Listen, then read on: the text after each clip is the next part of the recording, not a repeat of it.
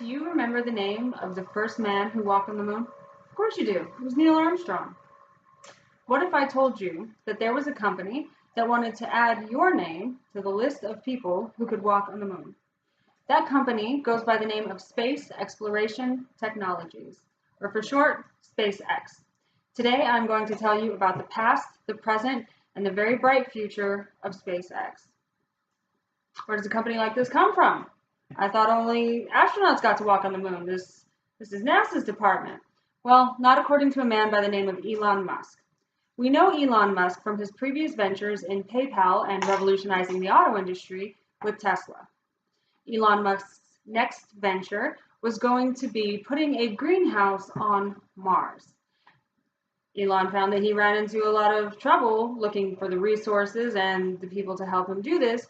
So along with two other business partners, Elon Musk contributed $100 million of his own money and formed SpaceX. Now from formation in 2002 till the launch of the Falcon 1 in 2008, development underwent, and SpaceX as we know it was born essentially behind the curtains. But 2002, the Falcon 1 was the first rocket to reach Earth's orbit, privately developed and cold-fueled. Several test launches between 2018 and 2015 with over 14 different rocket prototypes were launched, data was collected, and increasingly better rockets were built. In 2015, the abort system was launched. The abort system is the system that's going to keep human passengers safe. It's going to be able to exit humans from the rocket if there are complications anytime from launch to orbit in outer space without injury. It's still in the works. Less than a year later, the Falcon 9 launched the Dragon spaceship to the International Space Station. In 2018, the Falcon Heavy launches a Tesla Roadster and a crash test dummy in the Tesla Roadster into outer space. Now, if you want to see live film of this from orbit, you can go to SpaceX.com and they have that there for you along with other videos. I encourage you to check that out. Less than a year after that, in 2016, the Falcon 19 launched the Dragon to the International Space Station. And just very recently, in March the 3rd of this year, the Dragon space station docked autonomously with the International Space Station. This was the first of its kind, and it was also done by SpaceX, which is a privately developed company, as opposed to governments or military.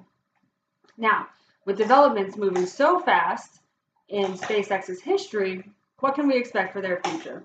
Well, SpaceX plans to put a man in orbit around the moon in 2023. And including intergalactic travel, SpaceX is going to launch cargo rockets to Mars. These cargo rockets are going to contain the tools necessary to then put people on Mars and develop the first base on another planet.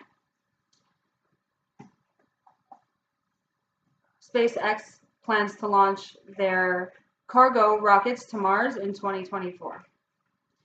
Further, SpaceX also wants to further extend on Tesla's ground by expanding travel here on Earth.